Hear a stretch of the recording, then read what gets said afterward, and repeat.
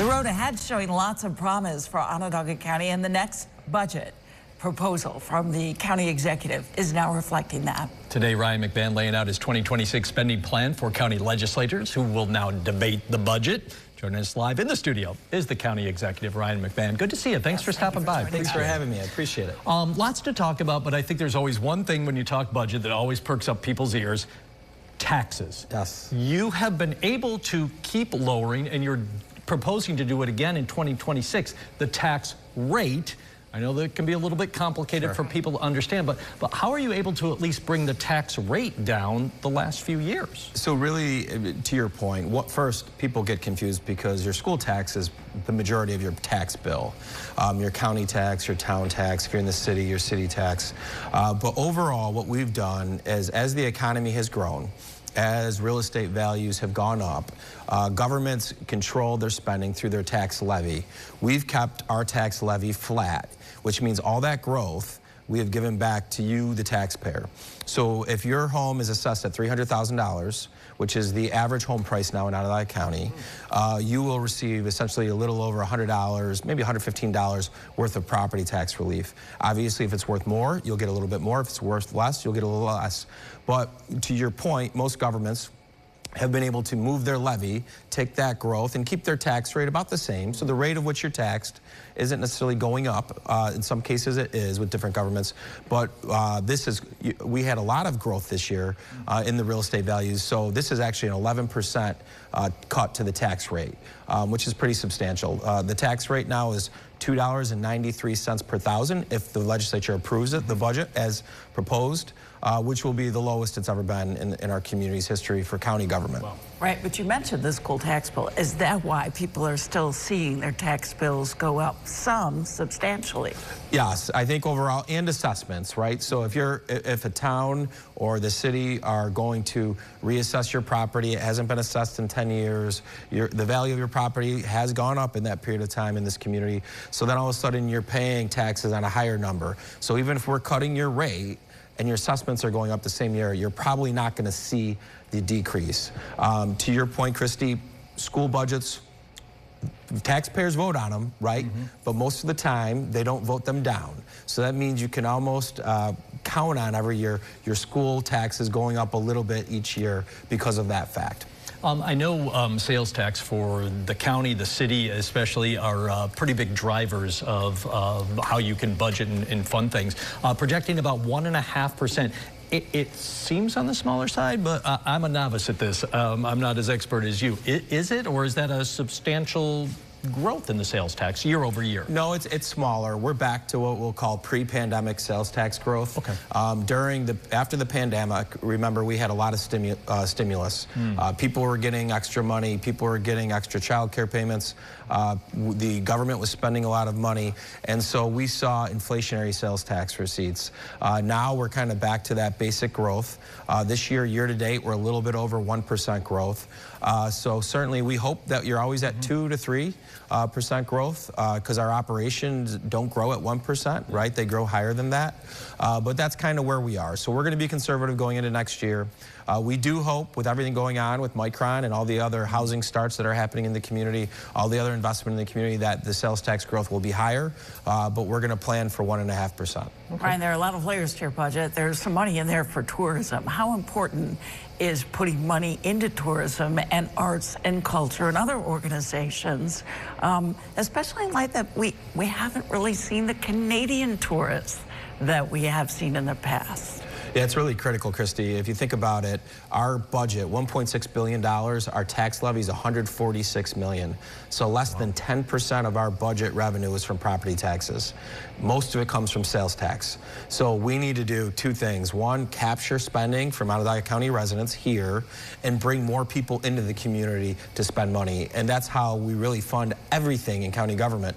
And so continuing to invest in arts and culture, continuing to market ourselves, even though right now there's a moment in time where we have not seen a lot of the Canadian tourism that we're used to. We think that will change. And we have new attractions coming on into the community, new things to talk about. Next year we'll have a state-of-the-art aquarium that is ready to be opened, and certainly something that we think will draw people from zip codes across the Northeast and even the country. I'm going to get back to that in a second, but there was another thing in the budget new that kind of caught my eye. Not a lot of huge, big new things. A brand new Air One helicopter for the sheriff's office. I mean, I know this predates you on the county ledge, but there was a time about 15 years ago, 14, 15 years ago, when the county ledge was trying to get rid of it. Yes. Now you're saying, let's get a whole new one. Why? I think overall, the actual Air One helicopter is 25 years old. The technology, the enhancements in the actual helicopter are outdated. And I think the service is merited. And I think overall, it's tough to put a value on human life. And when you have, just put it this way, if my son or daughter was missing, I would want that helicopter to go try to find them. That helicopter provides support for many different types of crime scenes throughout the community, certainly a deterrent for some crime. And so I think overall it's time to get the new helicopter. It will take about a year to actually get it built. And then at that point, we'll take the old helicopter and we'll actually sell that. We believe we can get about $2 million for the old helicopter. Wow. Okay, let's stick with the public safety thing. You want to body-worn cameras beyond sheriff's patrol. You also would like to see it in our jails as well with corrections. Correct. So our hope is that we'll expand the body camera program for our deputies in both Jamesville and the downtown facility. Most of the litigation we have as a county involves incidents in the jails. Having that documentation, being able to see what actually happens is actually a risk mitigation for us, the county taxpayer.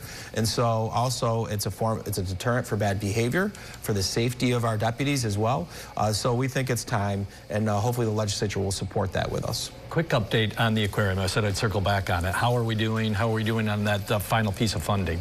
Good. We're doing good on both fronts. One, hopefully if you haven't driven by it, you get a chance to drive by it and you kind of see the vision starting to come together at the Inner Harbor. The aquarium will be finished in June of next year, and in July of next year we will open that aquarium up to the public. And as far as funding goes, as you'll recall, we had cost overruns like every other county project, by the way. Just this one we had to go do some private fundraising for. We didn't have to for any of the other ones. And we are having a lot of success. There's a lot of different naming rights opportunities within that facility.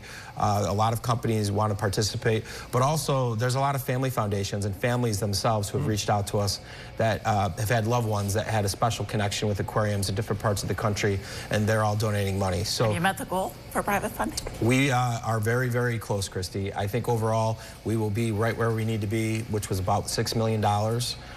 We've raised $4 million of that, and that money will start getting transferred to the county. But also we believe that with all the different opportunities out there, we believe that will actually exceed that goal. I'm trying to squeeze one more in for you. I know the governor had a meeting in Albany this afternoon. You were invited, couldn't be there. Thank you for being with us. But it has to do with political threats, the political violence, and not just recently, but over the last several months. What have you seen? Have you seen that in your position as county executive? Yeah, I've had threats on myself. We've had harassment with my family. And the political discourse in this country needs to calm down. And I think overall, you know, we can disagree at county government to state government or federal government to state government. The way we disagree as leaders, we need to be a little bit more thoughtful. And I think it's important to note that what we're seeing is not normal, right? The fact that you had the 45th president of the United States and now the current president shot. The fact that you've had the majority leader of the U.S. House of Representatives shot. The fact that Charlie Kirk, one of the leaders of the youth conservative movement, a movement that has millions and millions of people in it, was killed for everybody to see. The Minnesota House of Representatives leader, a Democrat, shot and killed with her husband, right? The governor of Pennsylvania, a Democrat, a crazy person trying to hurt him and his family. This is not normal. People should not think this is normal. I think we, as leaders, we all need to watch our rhetoric a little bit more. We can disagree, but it's also okay to disagree on policy and still be kind and nice to each other. It'd be nice to get back to that. Brian, thank you so much for spending the time with us. Really appreciate it.